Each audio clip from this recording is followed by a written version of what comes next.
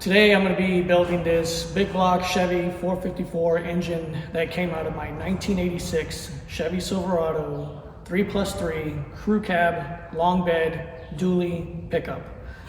The engine was running before I pulled it out of the truck, but this truck is new to me, so what better way to make sure that it's solid, reliable, and dependable than to pull the motor out of it, completely tear it down, and rebuild it from the bottom up. I have a brand new master overhaul kit for this engine, which comes with everything that I need. Bearings, new pistons, new rings, new stage 1, it's a mild cam, stage 1 cam, new lifters, double roller timing chain, oil pump. I have a new dual plane intake for it and gonna throw some long tube headers on it as well. So that should give me a few more horses than what it had when I pulled it out, but more importantly, should make the motor solid and reliable and something that I can trust and know that I can take on a long trip, pulling my trailer, not have any worries along the way. So let's get started.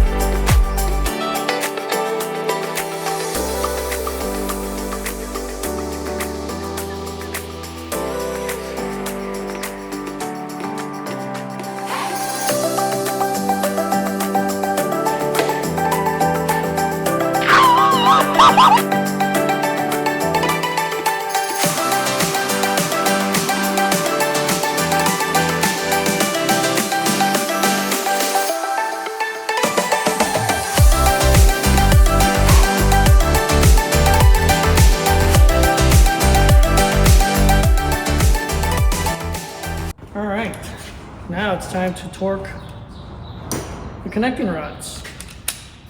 Those call for 50 foot-pounds.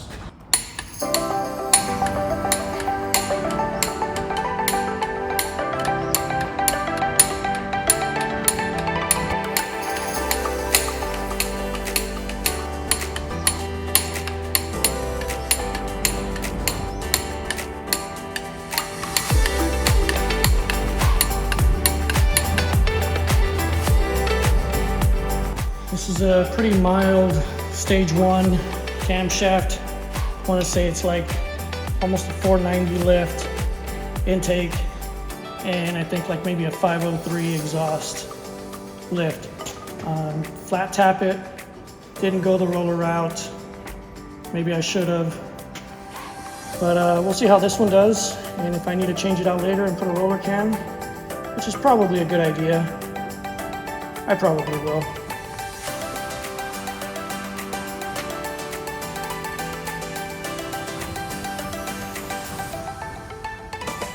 I hate the braking procedures for these flat tappet cams, but it is necessary. That's what makes roller a lot better. It's more reliable, doesn't wear, especially with these new modern oils today with not enough zinc in them. These flat tappet cams are at a bit of a disadvantage. But, you know, I like doing this, so if I have to tear into it, I'll tear into it.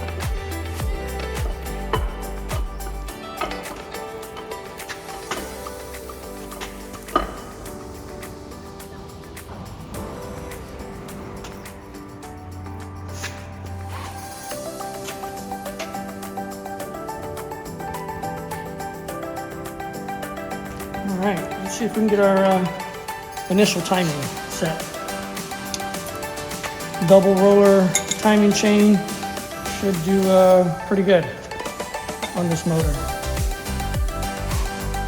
Get it kind of ready for our dot to dot.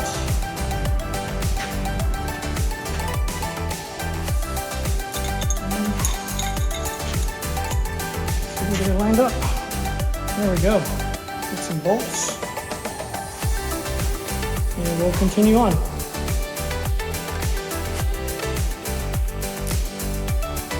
Click.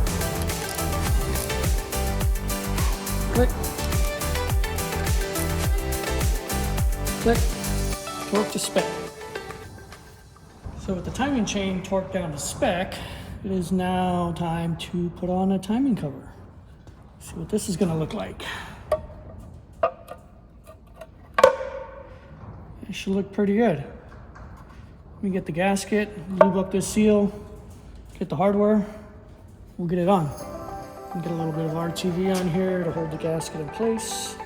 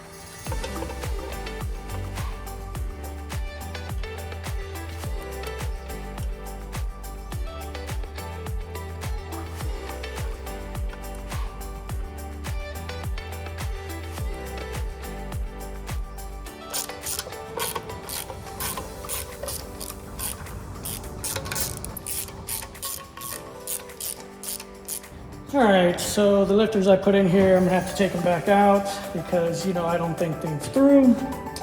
Realize that I have to turn the engine over to get the oil pan gasket and the bottom end buttoned up. And obviously when I do that, lifters will fall out. So gotta take them all out. Luckily, this engine has not been run, so they are not married to a certain position just yet. So I can just take them out, put them back at random, and it's not gonna hurt anything.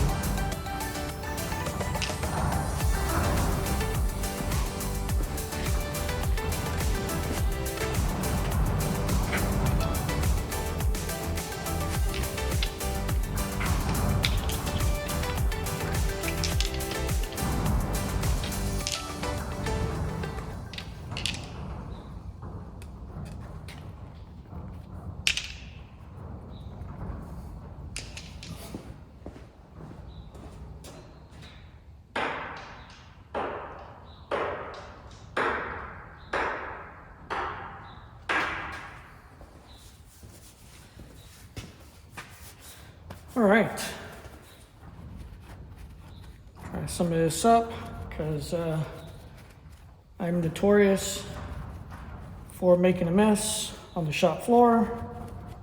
That's why when you see a lot of my videos, you'll see that I always have oil dry on the floor or absorbent, pulling up liquids or oil or anything that I spill, because that's just part of my process.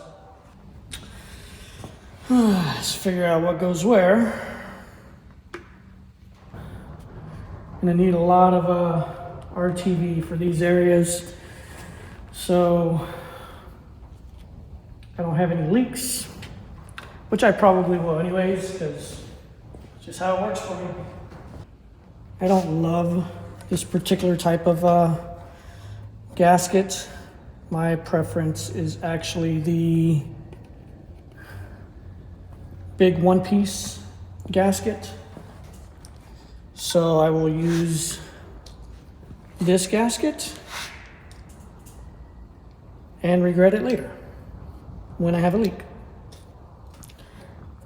I'm really beginning to not like this gasket. Starting to question some of my life choices here on if I should proceed or not.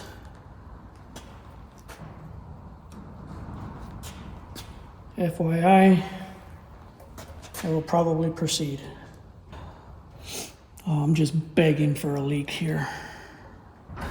Let me make a call, see if I can get the one piece locally, because I just know if I put this on there, it's going to leak. 100%. This, crap. Well, it's next day.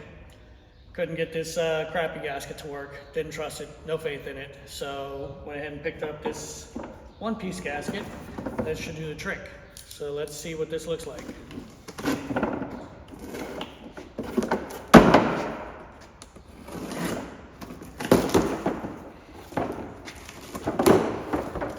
This is a much better design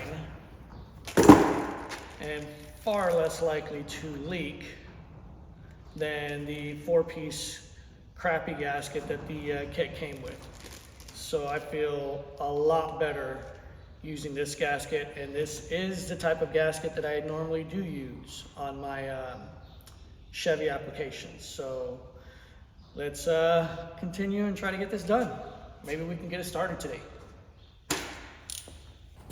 And let's do a test fit on this to see what areas we really need to focus on to avoid any possible leaks. Obviously, the front of the engine, the back of the engine are critical areas where you often have to apply some RTV silicone, just because the gasket mating surface is not ideal. So the RTV will compensate for that. But this looks really good. I feel a lot better about it. And I'm happy that I did not go the other route, because I know I would have had oil leaks. And dealing with the oil pan oil leak is not the type of issue or problem that I'd be looking forward to. So this is good progress. All right, let me get my RTV. Okay, I will be applying a generous amount of RTV right here between the block and timing cover on both sides and the back of the block as well, because these are very common areas for oil leaks to develop on these engines. And I'd like to avoid that if I can. Again, as you can see, these mating surfaces are not perfect. So this RTV should just compensate a little bit where the gasket might not seal properly. Now that I've got some RTV on there, go ahead and get the gasket in place. While the RTV is still soft and hasn't completely cured. Make sure all the holes line up.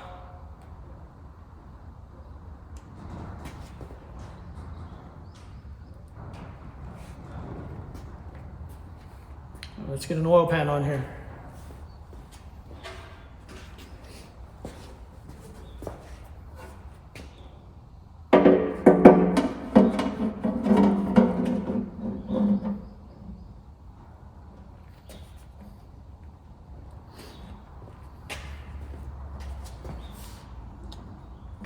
My hardware for my oil pan. Again, I use alloybolts.com. They have really nice engine kits with all of the complete hardware. Really like their kits because everything is labeled for the component that you're going to use it on, and it just makes life pretty easy. Again, when I'm tearing down an engine, I don't have to worry about bagging and tagging stuff because I know I'm going to throw new hardware on there.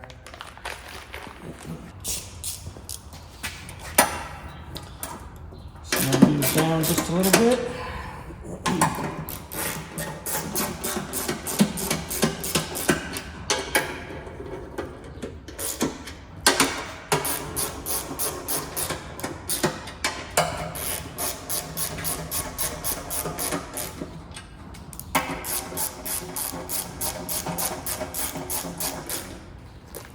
The two in the front of the oil pan are different size. See if I can get these in and started. Yeah, I don't know why I try to question myself and convince myself that I can make that other gasket work when this is clearly a better option. Shouldn't have any leaks with this one, but we'll see. So I have this extra starter that I keep on hand for the race car. And the starter that came with this truck and this engine is ginormous. So it looks like this has a cross pattern just like my race car does. So I'm gonna opt to use this small high torque starter in place of that ginormous 35-pound stock starter. This is going to be a much better option for me. So let me find some hardware, and since the motor's in the right position, we'll go ahead and get this put on. All right, after digging through my bottomless pit of bolts, I think I found some that will work very well on this. Hopefully I don't have to shim this, but time will tell.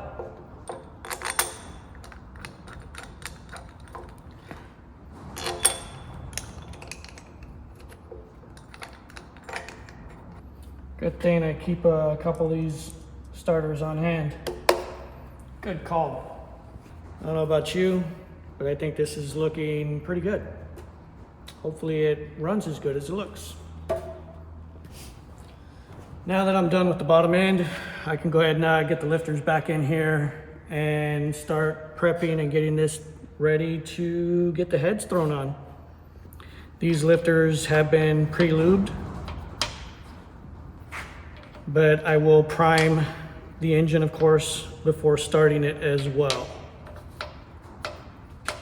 Make sure that I have some good oil flow. If progress continues, we may be able to get this thing started today. So you're telling me there's a chance? I'd love to be able to get this thing started today. So we'll see.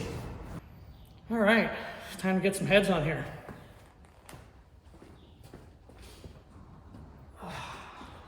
These big block cast iron heads are heavy.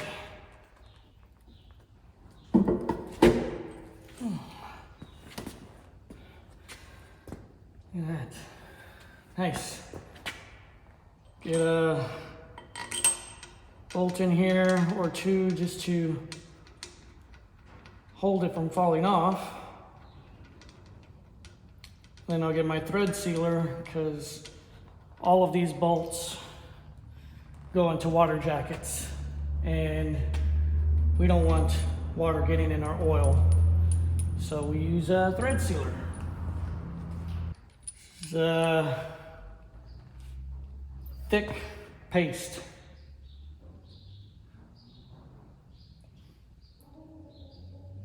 Kind of looks like Elmer's glue from elementary. Very thick.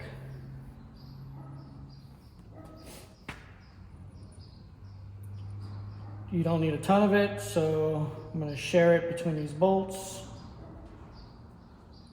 because it is kind of messy.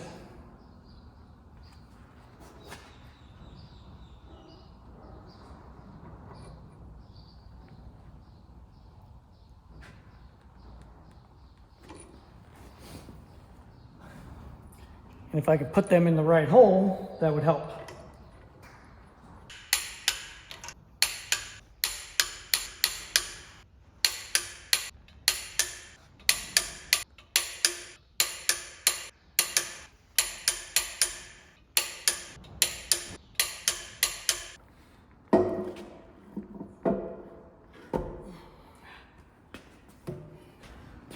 All right, heads are on. See if we can find some push rods and rocker arms now. So I'm gonna set these to an initial 0 lash. And then once I start the braking procedure on this motor, I will then go back, check the lash, and make sure that they're all correct. Again, these lifters have been primed and have oil in them. But, you know, until we run the engine, who knows how it'll behave. And of course, I will rotate the engine over, you know, to find the ones that are on the upward motion position right now, so that way I can get those seated properly before, you know, really cranking on this engine, trying to start it. So, for example, this one right now, with the way the engine is positioned, the valve should be open. Still going to do a 0 lash until I rotate the engine and get it right. It's all coming together. Okay, we're getting there. All right, time for the intake. So before I get ready to place this, one, I got to make sure I don't leave anything in the engine because I've done that before. Two, I got to put a little bit of RTV right here on the corners. Very common place for you to have an oil leak is at the front or the back of the intake.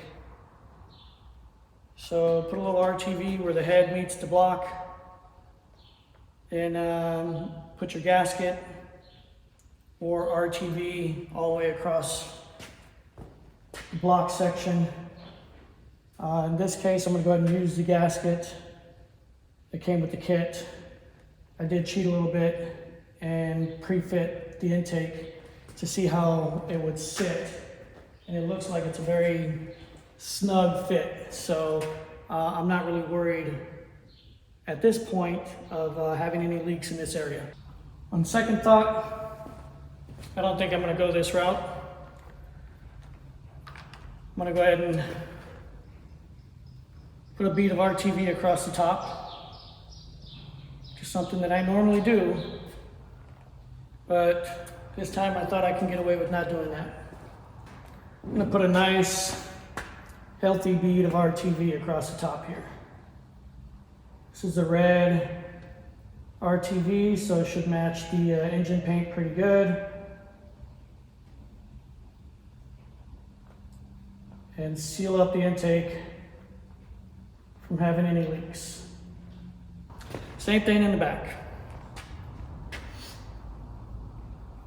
Try to get my gaskets in place.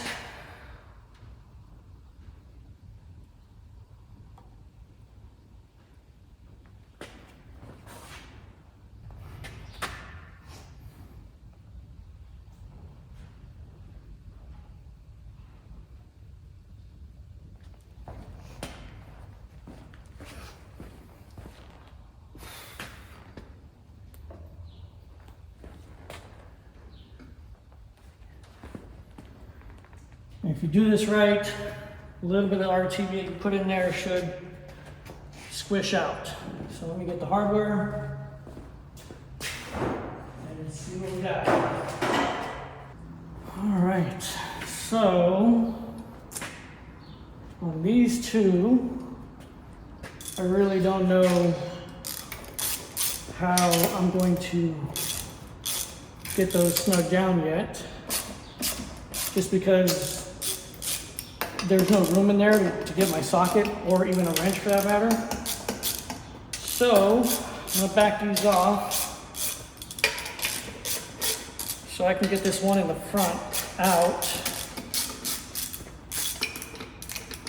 And I may put like an Allen style one right here and maybe right here, just because there's no way to, with this intake, there's no way to get my socket or a wrench down in there. So I'll pull these two out, look for some Allen heads, which I do believe I have for these two positions. And while I'm here, I'm gonna go ahead and smear the RTV in the back, get a good visual inspection of the front. Make sure it looks like we've got a good seal, and that looks very solid to me. I'm happy with the progress so far. Let me see if I can find two Allen head bolts. Oh, look at that. I'm in luck. Turns out the block off plate for the fuel pump that I used had two Allen head bolts that are the correct thread and length for what I need right here. Couldn't have worked out any better. I think we're getting really close to possibly being able to start this thing. Obviously, still have distributor oil valve covers, which I'll probably do those next. Oil filter, I gotta plug up any of the seals, or like for the oil pressure before I prime this. Made that mistake once. Yep, this guy right here. Put oil in the system, went to prime it, didn't have my oil pressure sensor in, spread oil everywhere. Back to one of the points that I made earlier, I tend to make a mess, spill oil, coolant, basically any type of fluid all over the floor. So I purchased a lot of the absorbent, and I use it on a regular basis. Let's find some valve covers. I have these nice, chrome 454 stamped valve covers. Pretty simple, basic, which is really all I need. Simple and basic. So let's see what they're gonna look like on the engine. Make sure my gasket is sitting properly before I crank it down. One problem with chrome, every time you touch it, you're gonna leave a mark. But it does look good. I'm very happy so far. Went ahead and ordered some grommets, breather cover for this valve cover set, along with the PCV valve. See how this all fits in there.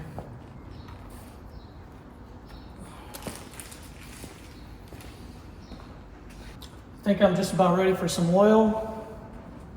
So I can prime the system and get this back in there real quick so I don't leak it all over the floor. Adding zinc. This is also good for a break-in oil additive, which obviously I need to do. So let's just pour this all in there. See if I can get some oil flowing. Okay, so big question is, did I seal everything up, or am I about to spill oil all over the floor? Let's see.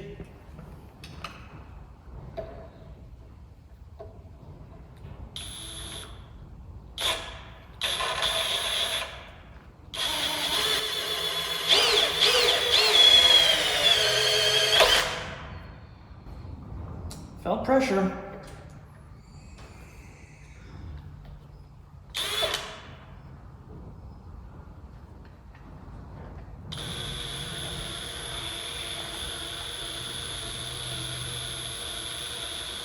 Oil is flowing.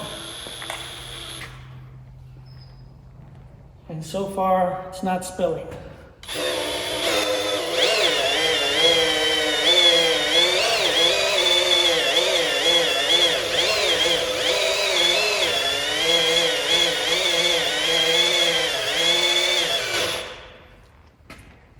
Nice. See, covered in oil. Okay, so next, I need to find the carburetor that I'm going to put on this.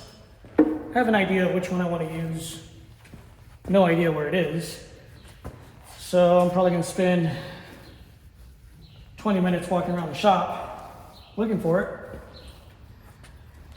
And then get the distributor stabbed, headers on, try to see if we can make some noise. I like that idea. All right, got the carburetor for it. This on. Let's get some headers on.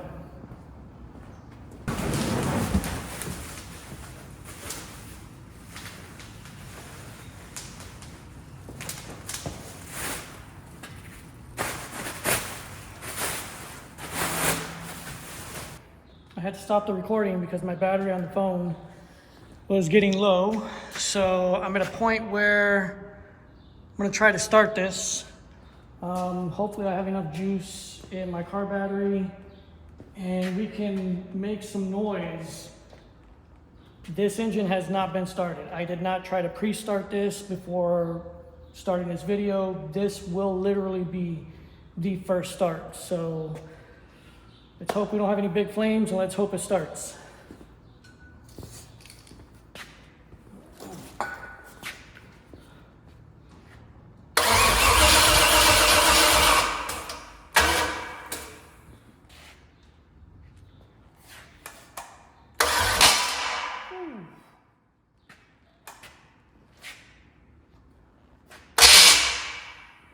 Didn't like that.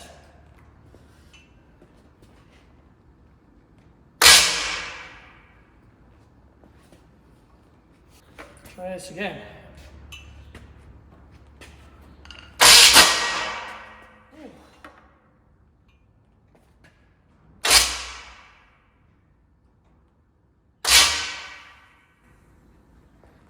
All right, well, we got an issue with the starter, so to be continued. Okay, so I ended up putting the big, massive factory starter back on here. The little high torque mini starter that I had, I don't know what's up with that one, but it's not behaving nice. This one will turn the motor again. Have not tried to fire it, just plugged up the ignition to it. So let's see if we can make some noise.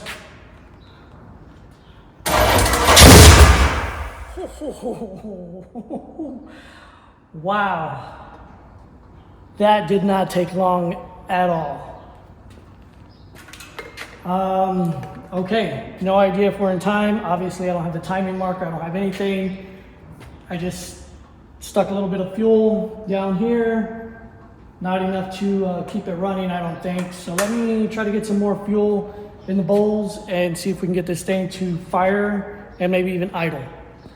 Okay, so I try to put some fuel in the bowls. Not getting any activity out of the carburetor. So I'm gonna just try to feed it some fuel. Hopefully I can keep it running and, you know, see what it does.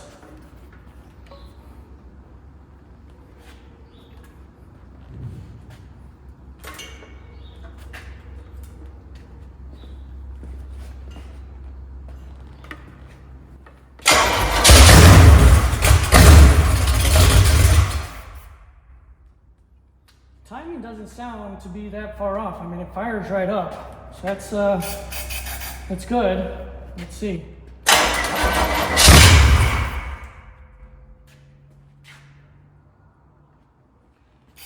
The battery I'm using is also a little weak.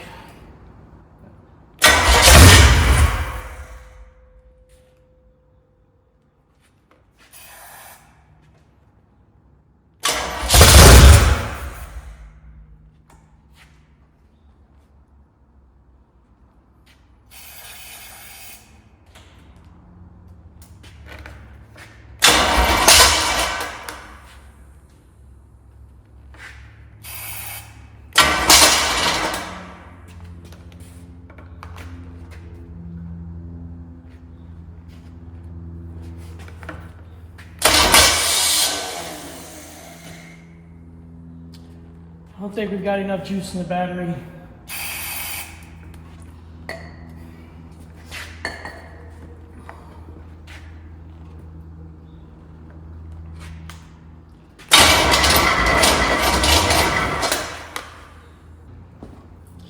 Sure would be nice to at least hear this thing idle for a few seconds.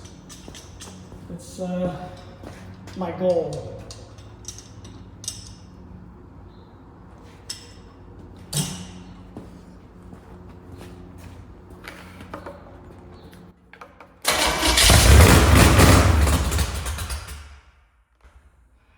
Progress. We're moving in the right direction. Fuel.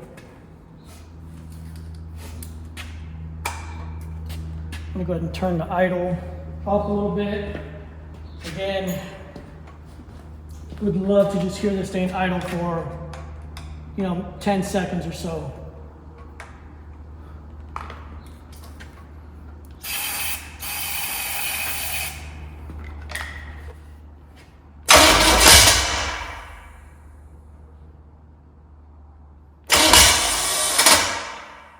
Come on. Just need a little bit more out of this battery.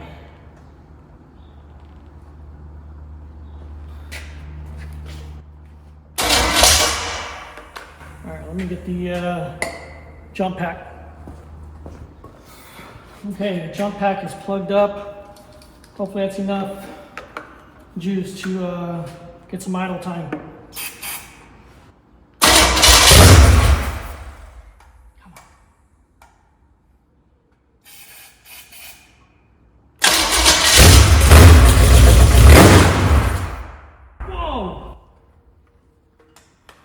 Almost turned itself over on the engine stand. Maybe I should tighten this bolt down so that doesn't happen. Okay, and we continue.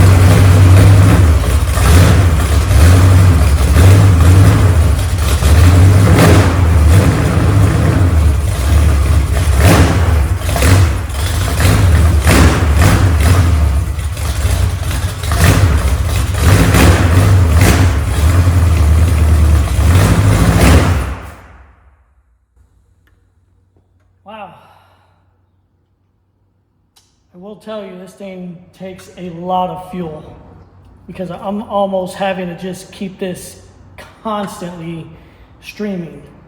Normally, I can just kind of squirt, stop, squirt, stop, squirt, stop. This thing needs a constant flow, which makes sense. It's a big block, but man, it sounds good. I'm happy with it. This is progress. So yeah, there you go. Chevy 454, big block, 4-bolt main. It's gonna be a good engine for the truck. Till next time.